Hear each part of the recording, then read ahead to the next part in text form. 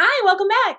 Now that you know something about the conventions associated with sonnets individually, I want to tell you a little bit about the conventions associated with the sonnet sequence, or a group of connected sonnets that provide a narrative about a relationship. So, sonnets and sonnet sequences travel a direct line down from French courtly love poetry that influenced the Arthurian literature and the other stuff that we read in Unit 2. So, this courtly love idea is where we see it manifested in Renaissance literature is through the sonnets and the sonnet sequences. It builds into this idea of like, you're writing poetry for your beloved. That's pretty darn courtly. Um, so one of the most famous and influential sonnet sequences was authored by an Italian writer named Francesco Petrarca, or Francesco Petrarch, as we say, in the 14th century. What? What is it now? My dear lady, the purest treasure mortal times afford is spotless reputation. Are you saying Petrarch was not the most influential sonnet writer? Reputation!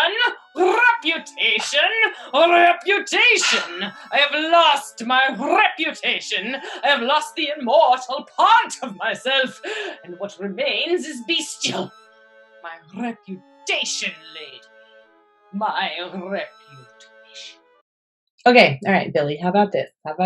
You were the most influential English sonnet writer. And you're probably the most well-known sonnet writer, even if you weren't the most influential originally. But even you were influenced by Petrarch. And then since you are the most famous sonnet writer, then isn't he pretty influential? Some are born great, some achieve greatness, and some have greatness thrust upon them. Yes, Billy, I think we can all agree that you achieved greatness. Oh, the world's a stage, and all the men and women merely players. They have their exits and their entrances, and one man in his time plays many, many parts. That's true. Okay, that's true. Yep, very, very beautiful. So, getting back to the sonnet sequence, just like everything else in the Italian Renaissance, it took a while before England actually got involved. So it was not till the 16th century that English writers like Wyatt and Henry Howard, the Earl of Surrey, and our friend Billy over here began to really pay attention to Petrarch and to model their own sonnets after his. So Petrarch's sonnet features him, he's the beloved, Petrarch is the beloved, or his persona, and his beloved is named Laura. And it's a young male beloved, sort of a version of himself, and a young female woman who is inaccessible. In fact, she's married to somebody else and does not return his love, therefore. So that's actually one of the common conventions that you see, is that the sonnet sequence is narrated by the lover, the one who's like in love with the person, and we don't really hear from the beloved.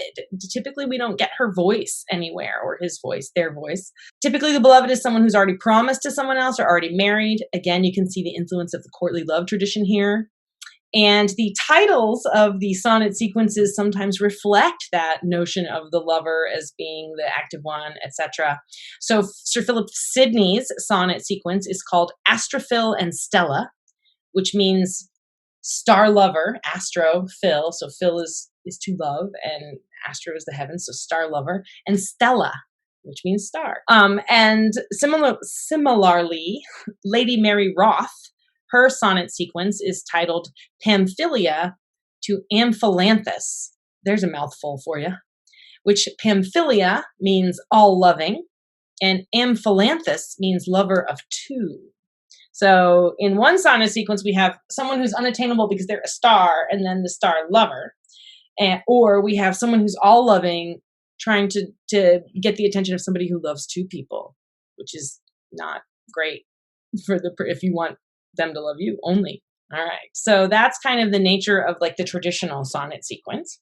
The sonneteers were very focused on the female body. We already saw a little bit of an example of what's called a blazon, where a list of the attributes of beauty of the beloved comes in. In a blazon, the writer lists all of the beautiful things about the beloved. All right, so I've got here Philip Sidney's Sonnet 9, which is another example of the blazon, where we have a list of the attributes of the beloved in a metaphoric form. Queen Virtue's court, which some call Stella's face.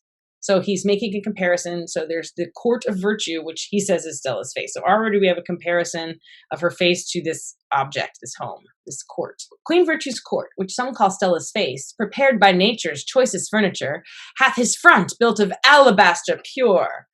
Gold is the covering of that stately place. So the front of the court of Stella's face is alabaster, which is white. So she's fair-skinned. Gold is the covering of that stately place. So we have gold or blonde hair.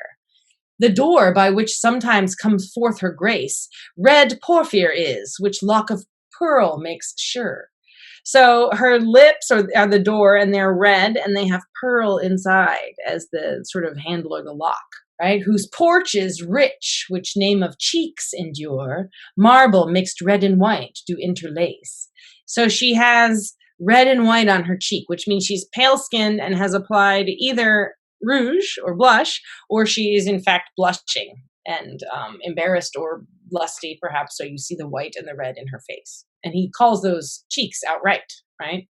The windows now through which this heavenly guest looks out over the world and can find nothing such which dare claim from those lights the name of best. All right, so the windows, her eyes, right, look out on the world. They can see nothing better. There's nothing out there that's better than the lights that are her window eye, right? There's nothing out there that's better than that. They can't claim the name of best from her. Of touch, they are that without touch doth touch, which Cupid's self from beauty's mind did draw. Of touch they are, and poor I am their straw. So he's using touch in 3 different ways in this last little section. First time he means touchstone. Her eyes are my touchstone, right? But without touching me, they still touch me, basically. They attain me. Her eyes don't have to touch me to reach me, right? And her eyes drew Cupid's self away from beauty, from beauty's mind. Her eyes were so beautiful that Cupid himself was like, oh my God. So then he uses touch in one more way in the 3rd sentence. Of touch they are. So of touch, this time is touch wood or tinder, right? And poor I am their straw. So when her eyes look at him, it's like he's a bunch of tinder and they just light him up with fire. So this is another blazon because we've got her face, we've got her skin, her hair, her cheeks, her lips, her eyes, describing all of the different parts of the female body. Notice also that we already see another convention, which is the representation of the beloved's physical appearance as fair or white or light-skinned. So fair definitely meant beautiful, but it also came to mean blonde or light-skinned, rather than dark, which meant brunette or darker skinned or tanned, right? So light skin had a class association because if you could stay out of the sun, you could avoid darkening your skin in the sun, and only aristocrats could do that since working class people were out and about working, like in the fields outside, right? Or other places outside. And it also had an ethnic connotation as well, which we start to see in the Renaissance more and more, the opposition of whiteness with darkness or blackness. And this not only continues the medieval tradition of having fair-skinned heroines and blonde and blue-eyed heroines, like Lonval's Fairy Lady, but it also begins to reinforce this binary of black-white that we see colonialism start to develop and to graft onto this new category of difference called race, right? All of a sudden, we're starting to make these like lightness is good and darkness is bad, and that's becoming more and more common, and we really didn't see that as much in the medieval period. I mean, there is certainly biblical imagery that does that, but the Renaissance folks are picking up on it in a way that's stronger, I guess I'll say. So Petrarch really starts this tradition of representing the beloved as fair in his sonnet sequence with his fair-haired Laura. And we see that a number of poets who are responding to the question of why women who aren't fair or white or light-skinned can still be attractive, which shows you a little bit of the developing Renaissance racism. All right, so I'm going to show you a couple of examples of this burgeoning sort of racist ideology that we see developing. So this is Philip Sidney, again, Astrophil and Stella. This is Sonnet 7. So when nature made her chief work, Stella's eyes. So again, he's obsessed with these eyes. We saw that in the last poem. When nature made her chief work, Stella's eyes, in color black, why wrapped she beams so bright? Why did she make her eyes dark colored or black or dark colored in some way? Would she, in beamy black, like painter wise, frame daintiest luster mixed of shades and light? So is she just like a painter, so they're trying to mix dark and light and to make a beautiful composition? Or did she else that, so she is nature, remember, did she else that sober hue devise in object best to knit and strength our sight? Lest, if no veil these brave gleams did disguise, they sunlight should more dazzle than delight. So, did nature decide to cover Stella's eyes with this dark black color so that if she didn't cover them with that, they would just be so insanely radiant that they would be like the sun and they would blind us? Is that why she covered them with this black veil, nature? Or another reason. So notice we've got the traditional English sonnet quatrains, right? Why would she make Stella's eyes black? Is it because if she didn't cover them up with some kind of veil, they would blind us? And then we have another quatrain here. Or would she her miraculous power show that whereas black seems beauty's contrary, she even in black doth make all beauties flow? Both so, right? And thus she, minding love, should be placed ever there. So this is one where the quatrain kind of sneaks into the couplet a little bit. But if we just take a look at these first three lines of it, or would she her miraculous power show? So is nature just showing off because nature knows that black isn't as beautiful, according to Sydney? And so therefore she's just showing off to make us think Stella's beautiful, even though she has these dark colored eyes? He's saying it's all these things, right? Both so. It's all these ors, right? And thus, she, minding love should be placed ever there in her eyes, gave him this mourning weed to honor all their deaths who for her bleed. So all these reasons are true, but one of the real reasons that nature did this is because we men who bleed for Stella because we love her so much already have our funeral outfits on in her eyes. They're black like a funeral for the deaths of all of the men that she kills with her love. So you can see already like this sort of embedded notion that somehow black just isn't innately beautiful or pretty, which is, racist when you connect it then to the skin colors that you're assigning people and you call that race, and then you therefore justify inequitable treatment such as slavery based on that kind of light dark binary system. So Lady Mary Roth also gets in on the act of sort of worrying about skin color and what that means, and this is an example. This is her sonnet 25. So she says, like to the Indians scorched with the sun which they do as their god adore. So already you're like, whoa. Because already you can see some of the exoticization that comes along with colonialism, right? And then you can see the colorism, right? So the Indians are scorched with the sun, so they're darker color.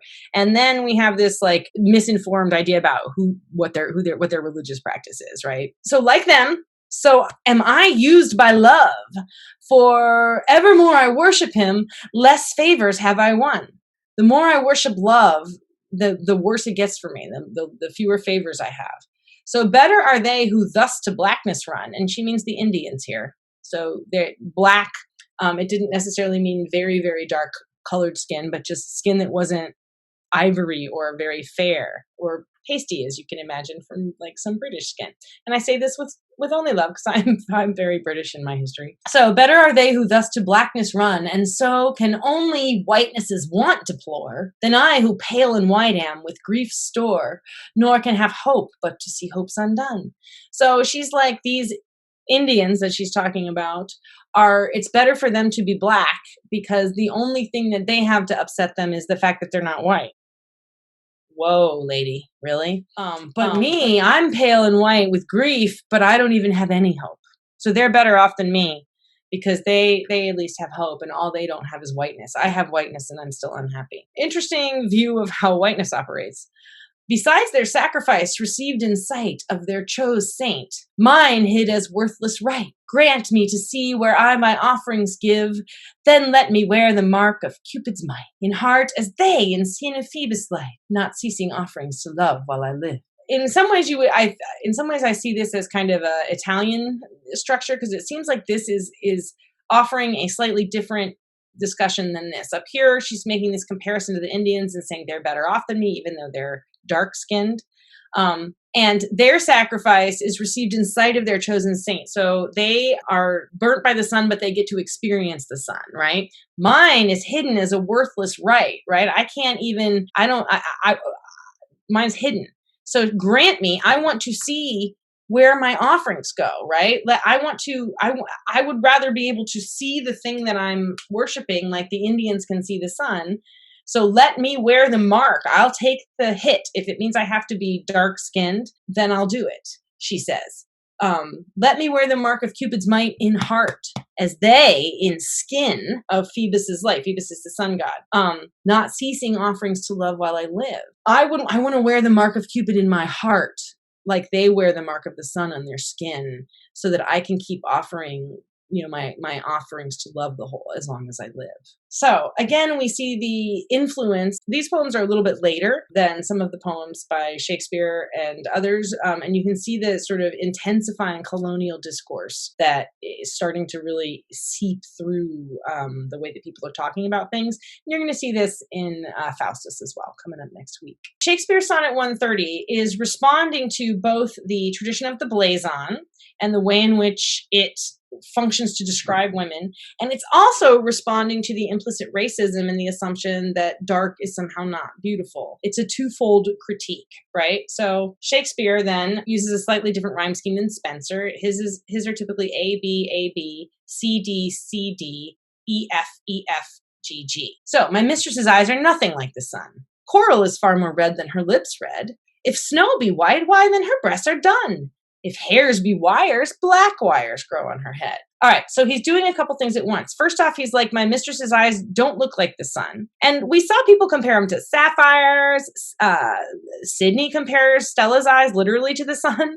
But actually, our eyes aren't like a giant flaming ball of fire. That's a hyperbolic metaphor. It's an exaggeration, right? It's an attempt to say your eyes are beautiful or they give light, but they don't actually look like the sun. Coral is more red than her lips red. So if you get coral, it's going to be a different color than her lips actually are. If snow is white, well, then her breasts aren't white. They're dun or a darker shade, tan, beige. If hairs are golden wires, right? Usually we see people talk about the golden wires on people's heads. Well, it's black wires that grow on her head. Her hair's not gold, it's black. She has black hair. She has darker skin. She doesn't have super red lips. So then he says, I've seen roses damasked red and white, but no such roses see I in her cheeks. No, she's either not wearing like very high contrast blush, or her skin is a little darker, so her blush, even her natural like embarrassment, isn't going to be as pronounced as somebody who has lighter skin, right? So he doesn't see that coloring in her cheeks that we've now seen two different people describe. And in some perfumes is there more delight than in the breath that from my mistress reeks. Now, reeks does not mean stank like it does today. Reeks just means emits, like the odor that is emitting from her, the scent. But he is saying like, no, doesn't always smell as pretty as perfume, right? I love to hear her speak, yet well I know that music hath a far more pleasing sound. Like, no, her voice isn't a song. She just speaks like a person. I grant I never saw a goddess go. My mistress, when she walks, treads on the ground. So no, she doesn't float through the air like a spirit or some kind of goddess. She just walks, right? So one of the things he's doing is he's resisting this hyperbolic exaggeration of comparison of the female body, but he's also participating in it, right? This is also a blazon, even though he's resisting the tradition of the blazon. And then in his last couplet, he's gonna hone it in, right? So you may think that he's saying, some people interpret this poem to mean that he's saying she's not pretty because she doesn't conform to these literary conventions. But if you think that, then you haven't read the last couplet, which says, and yet, by heaven, I think my love as rare as any she belied with false compare. So here he says, my love is as rare, as beautiful, as precious, right? As any she, any lover, who is belied with false compare. So you're just lying and you're you're lying on to her. You're pushing your lie on her, and you're creating something that's not true because you're falsely comparing her. Like, this false compare is bad writing, and it doesn't mean that my lady is not just as beautiful as your lady. There's a lot going on that he's responding to, and if you know some of the sonnet traditions and conventions before you get to Shakespeare, then when you get to his sonnet, you see, oh, he's playing around with some of this stuff.